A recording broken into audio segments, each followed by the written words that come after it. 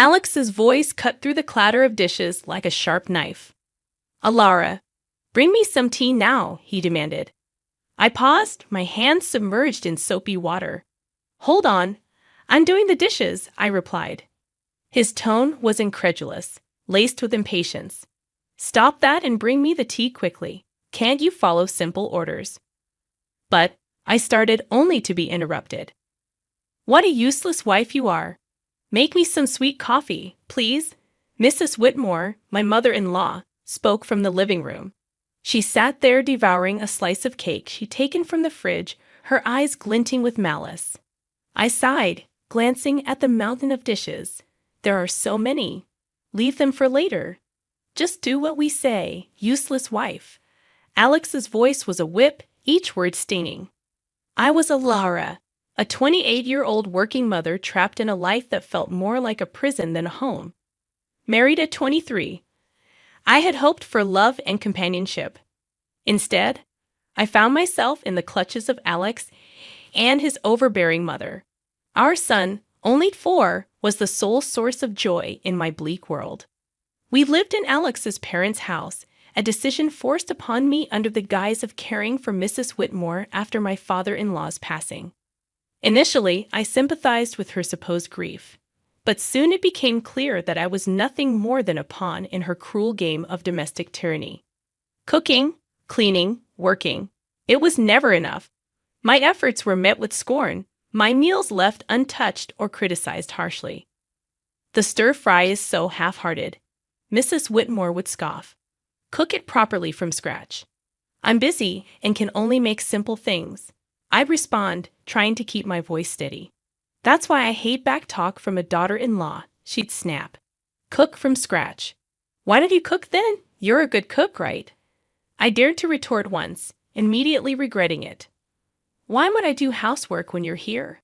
Her response was cold, dismissive. "Are you out of your mind?"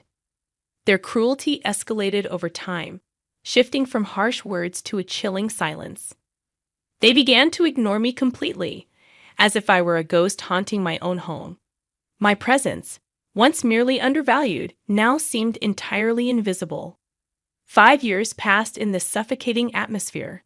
Alex and I turned 35 and 33 respectively.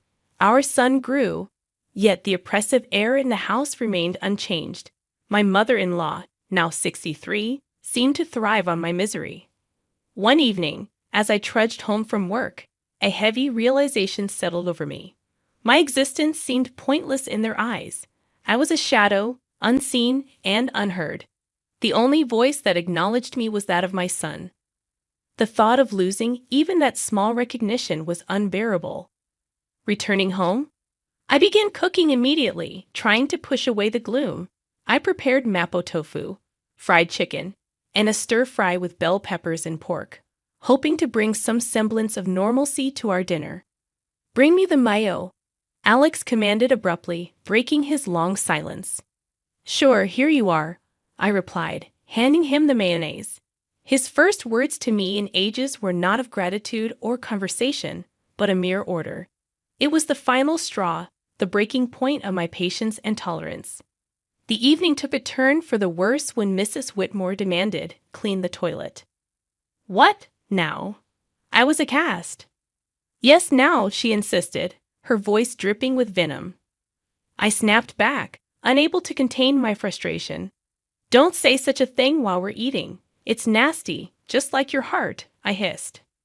Our argument escalated quickly, with Alex interjecting, demanding I apologize to his mother. But I refused, standing my ground for the first time in years. The conflict reached its peak, and in that moment, a decision crystallized within me. I needed to escape this toxic environment, not just for my sake, but for my son's as well. I retreated to my room, my resolve hardening. I downloaded divorce papers, filled them out, and slammed them in front of Alex. His shock was palpable, but I felt nothing but cold determination. "I'm filing these," I declared, my voice steady as I stood there facing my husband's bewildered expression. I realized I had finally stepped out of the shadows. It was time to reclaim my life. The days following my declaration of divorce were a whirlwind of cold glares and biting remarks. But amidst this storm, I found an unfamiliar sense of liberation. One evening as I served dinner, Mrs. Whitmore looked at the meal with disdain. "You call this food? Even a child cooks better." I bit my tongue, focusing on my son's smiling face. "Eat up, sweetheart. I made your favorite tonight," I said. Alex chimed in, his voice dripping with sarcasm. "Oh, playing the perfect mother now, are we? What a joke." I could feel the anger bubbling inside me, but I kept my composure. "I'm just trying to make a nice dinner for our son," I said.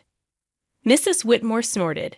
"Don't act high and mighty. You're just a burden in this house." The tension at the table was palpable. Alex's attempts to belittle me only intensified. "So, Alara, have you thought about how you'll survive after the divorce? You can barely keep a house, let alone your own life," he taunted. I looked him straight in the eye. "I have been supporting this family for years. I'm not worried about taking care of myself and our son." His smirk faded slightly, a flicker of unease crossing his face. Mrs. Whitmore quickly intervened. "Don't be absurd. You need us more than we need you." The conversation turned to finances, a topic they usually avoided.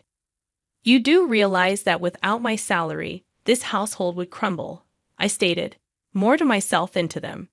Mrs. Whitmore scoffed. "We manage. We don't need your pity money." But Alex's silence spoke volumes. He knew the truth. Without my income, they would be in dire straits. In the following days, their behavior became increasingly erratic. Mrs. Whitmore oscillated between trying to sweet-talk me into staying and hurling insults when I didn't comply. Alex, on the other hand, seemed lost, his arrogant facade crumbling as the reality of his financial dependence became undeniable. One afternoon, I overheard a conversation between them that chilled me to the bone. "She can't leave us like this," Alex hissed. "We need her money." Mrs. Whitmore's reply was cold and calculated. "Don't worry, I have a plan. We'll make her life so miserable she won't dare to leave." Hearing their true intentions laid bare was a revelation. They didn't care about me or even our son. It was all about control and money. That night, as I lay in bed, a plan began to form in my mind. If they wanted a battle, I would give them one. But it wouldn't be fought with words or petty arguments. I would hit them where it hurt the most, their pride and their pockets. The next morning, I started putting my plan into action. I contacted a lawyer, a sharp, no-nonsense woman who came highly recommended. "I want a divorce," I told her, "and I want to make sure they don't get a penny more than they deserve." I told her, and she nodded, her eyes glinting with determination. "We'll make sure of that. You've been the sole breadwinner, right? We'll use that." As the days passed, my resolve only grew stronger. I started documenting everything: the insults, the financial manipulation, even the smallest of grievances. It was time to turn the tables, time for them to face the consequences of their actions. As I built my case, a sense of empowerment filled me. For the first time in years, I felt like I was in control of my own destiny. The shadows of contempt were slowly lifting, and in their place, a new dawn was emerging. As the divorce proceedings began, the atmosphere in the house grew increasingly toxic. Yet with each passing day, my sense of fear diminished, replaced by a steely resolve. One evening, Mrs. Whitmore tried a different tactic. "Alara, dear, why don't we forget all this nasty business? You know we're family." Her words dripped with insincerity. I met her gaze unwavering.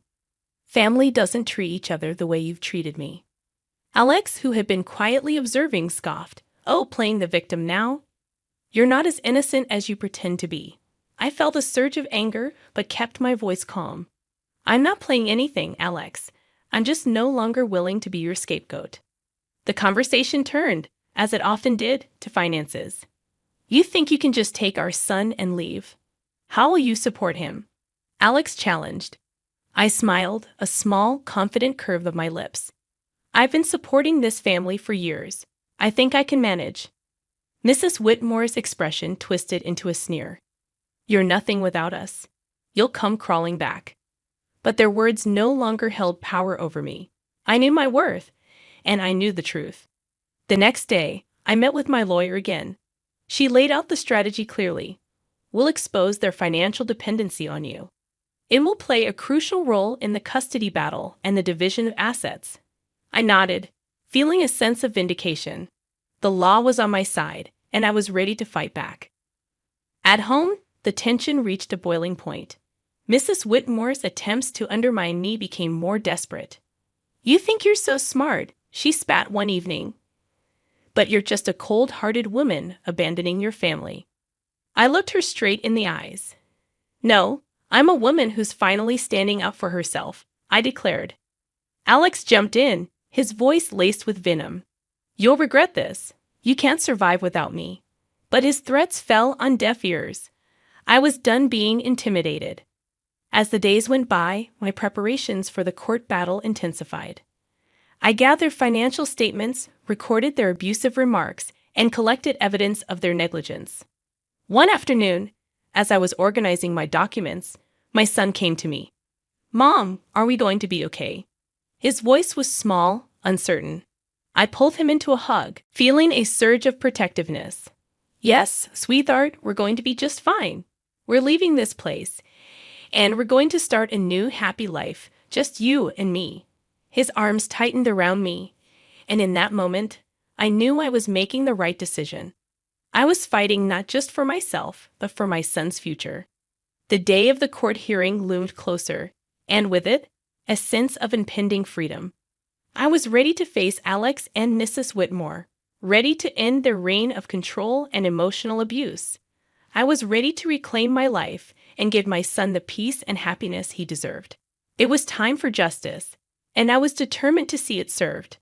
The day of the court hearing arrived, a day I had been anticipating with a mix of dread and determination. As I sat across from Alex and Mrs. Whitmore in the courtroom, I felt a sense of surrealism. This was the moment where everything would change. The proceedings began with a cold formality. Alex's lawyer portrayed him as a devoted husband and father struggling under the weight of false accusations. Mrs. Whitmore played the part of the grieving mother-in-law wronged by an ungrateful daughter-in-law. But their performance was transparent, their lies brittle. When my turn came, I spoke clearly, my voice steady. "I have been the sole provider for this family for years. My husband's employment and his mother's manipulation have been constant sources of strain." Alex interjected, his voice laced with false hurt. "Alara, how can you say these things? I've always supported you." I turned to him, my gaze unwavering. "Support is more than just words, Alex. It's about actions, and your actions have shown nothing but selfishness and cruelty." The judge listened intently as I presented my evidence. Financial statements, recordings of their verbal abuse, testimonies from neighbors who had witnessed their behavior. The truth was undeniable, and as the evidence mounted, Alex's facade began to crumble. Mrs. Whitmore's composure cracked, her mask of innocence slipping away. The courtroom was silent, the air thick with tension. Then came the revelation that sealed their fate. My lawyer presented photographs and documents proving Alex's infidelity and Mrs. Whitmore's illicit affair with a wealthy neighbor, Mr. Harwood. The courtroom erupted in murmurs as the images were displayed, showing them in compromising positions, their deception laid bare for all to see. Alex's face turned ashen, his eyes wide with shock. Mrs. Whitmore's expression twisted into one of fury, her hands trembling. "You invaded our privacy," Mrs. Whitmore shrieked, her voice shrill. I looked at her, my voice calm but firm. "No, I exposed the truth, a truth that you both have been hiding for too long." The judge called for order, but the damage was done. Their credibility was shattered, their lies exposed in the harsh light of the courtroom. As the hearing came to a close, the judge's verdict was clear. I was granted full custody of our son, and a fair division of assets was ordered. Alex and Mrs. Whitmore were left with little more than their shattered reputations. Walking out of the courtroom, I felt a weight lift off my shoulders. The years of manipulation and emotional abuse were finally over. I had stood up to my oppressors and emerged victorious. But the sweetest moment came when my son ran into my arms outside the courthouse, his face bright with relief and happiness. "We did it, Mom," he said, his voice filled with joy. "Yes, we did," I replied, holding him close. "We're free now. It's just the beginning for us." And as we walked away hand in hand, I knew that this was not just a victory for me.